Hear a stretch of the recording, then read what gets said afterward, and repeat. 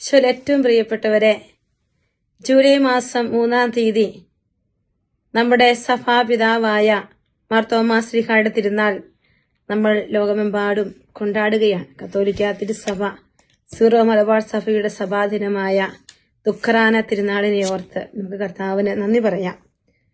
തോമാ ശ്ലീഹായെ കുറിച്ച് ചിന്തിക്കുമ്പോഴെല്ലാം തോമാ ശ്ലീഹായുടെ ആ വലിയ ധൈര്യവും യേശുവിനോടുള്ള അടുപ്പവും യേശുവിന് വേണ്ടി ജീവിക്കാനും മരിക്കാനുമുള്ള തീഷ്ണതയുമെല്ലാമാണ് നമ്മൾ തോമാ ശ്ലീഹായിൽ കാണുന്നത്. യേശുവിന്റെ സ്നേഹിതനായ ശിഷ്യനായ അപ്പസ്തോലനായ തോമാ ശ്ലീഹയെക്കുറിച്ച് ഏറ്റവും കൂടുതൽ പറയുക യോഹന്നാന്റെ സുവിശേഷത്തിലാണ്. യോഹന്നാന്റെ സുവിശേഷത്തിൽ തോമാ ശ്ലീഹായെ നമ്മൾ കണ്ടുമുട്ടുന്നത് 11-ാം അധ്യായത്തിൽ 16-ാമത്തെ വചനത്തിലാണ്. ലാസറിന്റെ മരണത്തെക്കുറിച്ച് സ്നേഹിതര് ഈശോയെ അറിയിക്കുമ്പോൾ, ലാസറിനെ ഉണർത്താൻ ഞാൻ പോകുന്നുവെന്ന് പറഞ്ഞു വെക്കുമ്പോൾ, അവൻ ഉണർന്നുകൊള്ളും എന്ന് യേശുവിനോട് ശിഷ്യന്മാര് പറയുകയാണ്. അപ്പോൾ ഈശോ പറഞ്ഞു, അവൻ മരിച്ചുപോയി. അപ്പോൾ നമുക്ക് അവരുടെ അടുത്തേക്ക് പോകാമെന്ന് ഈശോ പറയുന്ന സമയത്ത് ദീദീമോസ് എന്ന തോമസ് 11-ാം അധ്യായം 16-ാമത്തെ വചനത്തിൽ മറ്റു ശിഷ്യന്മാരോട് പറഞ്ഞു, അവനോടൊപ്പം മരിക്കാൻ നമുക്കും പോകാം. ഞാൻ എല്ലാ ദിവസവും തോമാ ശ്ലീഹായോട് പ്രാർത്ഥിക്കും. തോമാ ശ്ലീഹായുടെ ഒരു ചെറിയ കുഞ്ഞു നൊവേന പ്രാർത്ഥന ഞാൻ എല്ലാ ദിവസവും ചൊല്ലി പ്രാർത്ഥിക്കാറുണ്ട്. അത് മറ്റൊന്നും കൊണ്ടല്ല, എനിക്ക് ഒത്തിരി ഇഷ്ടമാണ്. അവനോടൊപ്പം മരിക്കാൻ നമുക്കും പോകാമെന്ന് തോമാ ശ്ലീഹ സധൈര്യം ഏറ്റുപറഞ്ഞ് യേശുവിന് വേണ്ടി മരിക്കാൻ മാത്രം ചങ്ക് നിറയെ തീഷ്ണതയുള്ള ഒരു ശിഷ്യനായിരുന്നു തോമാ ശ്ലീഹ. പ്രിയപ്പെട്ടവരെ, ഇന്ന് നമ്മുടെ ചുറ്റുപാടുകളിൽ ഈശോയ്ക്ക് വേണ്ടി മരിക്കാനുള്ള ഹൃദയ തീഷ്ണത ഉള്ളവര് കുറവാണോ എന്ന് ഒരു സംശയം നമ്മൾക്കൊക്കെയുണ്ട്. ഈശോയെ, ഞങ്ങൾ നിന്റെ പിന്നാലെ പോകുന്നു, നിന്നോടൊപ്പം യാത്ര ചെയ്യുന്നു, ക്രിസ്തീയ വിശ്വാസത്തിൽ വളരുന്നുണ്ട്. എന്നാൽ നിന്നോടൊപ്പം മരിക്കാൻ മാത്രമുള്ള ഒരു തീഷ്ണതയിലേക്ക് ഞങ്ങളെ ഓരോരുത്തരെയും ആനയിക്കണമേ എന്ന് അങ്ങയോട് ഞങ്ങൾ പ്രാർത്ഥിക്കുക.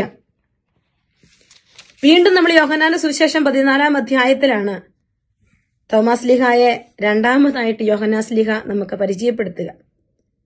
അവിടെ ഈശോ പിതാവിലേക്കുള്ള വഴിയെന്ന് പറഞ്ഞ് ഈശോ ശിഷ്യരോട് നിങ്ങളുടെ ഹൃദയം അസ്വസ്ഥമാകേണ്ട എന്നൊക്കെ പറഞ്ഞ് ഈശോ അവരെ പഠിപ്പിച്ച് പാദം കഴുകലിനൊക്കെ ശേഷം ഈശോ അവരെ പുതിയ പ്രമാണത്തെക്കുറിച്ചെല്ലാം പഠിപ്പിച്ചിട്ട് ഈശോ പറഞ്ഞു, ഞാൻ പോയി നിങ്ങൾക്ക് സ്ഥലം ഒരുക്കും.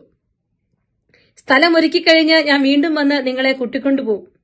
അങ്ങനെ ഈശോ പറഞ്ഞു വെക്കുമ്പോ തോമാ ശ്ലീഹ പറയുകയാണ്, കർത്താവെ, 14-ാം അധ്യായം 5-ാമത്തെ വചനമാണ്. തോമസ് പറഞ്ഞു, കർത്താവെ, നീ എവിടേക്ക് പോകുന്നുവെന്ന് ഞങ്ങൾക്ക് അറിഞ്ഞുകൂടാ, പിന്നെ വഴി ഞങ്ങൾ എങ്ങനെ അറിയും? വളരെ നിഷ്കളങ്കമായ ഒരു ചോദ്യമാണ് വിശുദ്ധ തോമാ ശ്ലീഹ കർത്താവിന്റെ മുമ്പിൽ എടുത്തു വെക്കുക. ഹൃദയത്തിലെ തികവിൽ നിന്നുള്ള നിഷ്കളങ്കതയുടെ വലിയ യുക്തിവിചാരത്തോടെയല്ല, ഹൃദയ താഴ്മയോടെ വഴി അന്വേഷിക്കുന്ന തോമാ ശ്ലീഹായ്ക്ക് ഈശോ ഒരു വഴി പറഞ്ഞു കൊടുക്കുകയാണ്. യേശു പറഞ്ഞു, വഴിയും സത്യവും ജീവനും ഞാനാണ്. എന്നിലൂടെ അല്ലാതെ ആരും പിതാവിന്റെ അടുക്കലേക്ക് വരുന്നില്ല.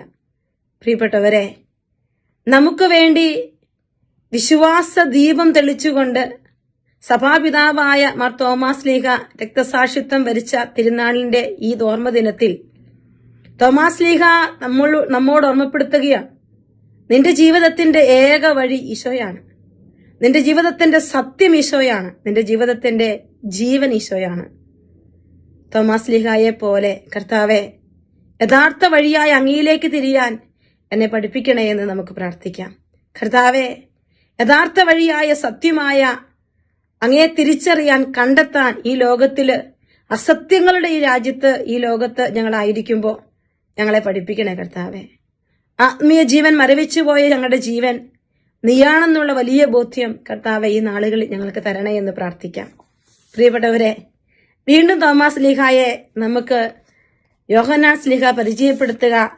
ഈശോയുടെ ഉത്ഥാനത്തിന് ശേഷം ഈശോ പ്രത്യക്ഷപ്പെട്ട് എന്ന് ശിഷ്യന്മാരെല്ലാം തങ്ങളാലാവും വിധമെല്ലാം വിവരിച്ച് അതെല്ലാം പറയുമ്പോൾ ഈശോ പ്രത്യക്ഷപ്പെടുന്ന സമയത്ത് അവിടെ ഇല്ലാതിരുന്ന നമ്മുടെ തോമാസ്ലീഹ പറയുകയാണ്, ഞാനിവിടെ ഇല്ലായിരുന്നു, പക്ഷേ ഈശോ ഉയർത്തെഴുന്നേറ്റു എന്ന് ഞാൻ വിശ്വസിക്കണമെങ്കിൽ അവന്റെ പാർശ്വത്തിൽ എന്റെ കൈകൾ വെക്കണം, അവന്റെ മുറിവുകളിൽ എന്റെ കൈവിരൽ ഇടുകയും ചെയ്തല്ലാതെ ഞാൻ വിശ്വസിക്കില്ല. തോമാസ്ലീഹ പറയുന്ന വചനമാണ് 20-ാം അധ്യായം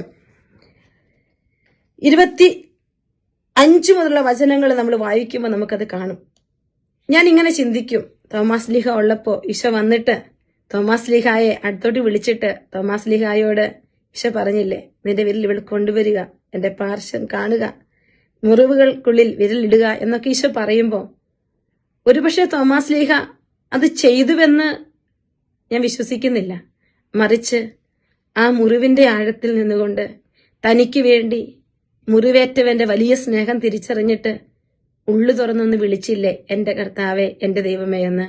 പ്രിയപ്പെട്ടവരെ, നമുക്കും ഈശോയെ എന്റെ കർത്താവേ, എന്റെ ദൈവമേ എന്ന് എനിക്കായി ചൊരിഞ്ഞ സ്നേഹത്തിന്റെ ആഴങ്ങളിലേക്ക് ഇറങ്ങിച്ചെന്ന് വിളിക്കാൻ തോമാസ്ലീഹ നമ്മളെ ഉത്തേജിപ്പിക്കുകയാണ് ഈ തിരുനാൾ ദിനത്തില്.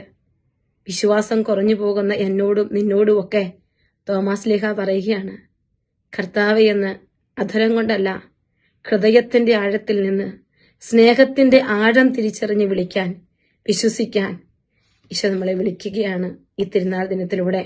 പ്രിയപ്പെട്ടവരെ, തോമാസ്ലീഹായുടെ ഈ വലിയ സ്നേഹം നമ്മൾ അറിയുമ്പോൾ, നമ്മൾ അനുഭവിക്കുമ്പോൾ, നമുക്ക് തോമാസ്ലീഹായോടൊപ്പം വിശ്വാസത്തിന്റെ വലിയ പ്രേക്ഷിതരായിട്ട് മാറാം. ഈശോയ്ക്ക് വേണ്ടി മരിക്കണം, ഈശോയാകുന്ന വഴി എല്ലാവർക്കും കാണിച്ചു കൊടുക്കണം, എന്റെ കർത്താവേ, എന്റെ ദൈവമേ എന്ന് ആഴത്തിൽ വിളിച്ചു പറഞ്ഞ് ഈ ലോകത്തോട് ദൈവത്തെക്കുറിച്ച് സംസാരിക്കാൻ, വിശ്വാസം പ്രഖ്യാപിക്കാൻ നമുക്ക് ഓരോരുത്തർക്കും സാധിക്കട്ടെ. തോമാസ്ലീഹായുടെ വിശ്വാസത്തിന്റെ ആഴം, അവന്റെ മുമ്പിലുള്ള, ഈശോയുടെ മുമ്പിലുള്ള അവന്റെ ഫ്രീഡം, അതെല്ലാം ഈശോ തിരിച്ചറിഞ്ഞിട്ടല്ലേ തോമാസ്ലീഹായുടെ വാശിക്ക് മുമ്പിൽ ഈശോ കീഴടങ്ങിയത്. നമുക്ക് നമ്മുടെ ഈശോയെ നമ്മുടെ ജീവിതത്തിന്റെ ഓരോ മേഖലകളിലും വിളിച്ചു വരുത്തി അവന്റെ സ്നേഹത്തിന്റെ ആഴം തിരിച്ചറിയാൻ ഈശോ നമ്മളെ ശക്തിപ്പെടുത്തട്ടെ. ഈ തിരുനാൾ നമുക്ക് ഓരോരുത്തർക്കും കർത്താവിന്റെ സ്നേഹം തിരിച്ചറിയാനുള്ള ഒരു തിരുനാളായി മാറട്ടെ. ഈശോ നമ്മളെല്ലാവരെയും അനുഗ്രഹിക്കട്ടെ. ഈശോ മിശിഹായിക്ക് സ്തുതിയായിരിക്കട്ടെ.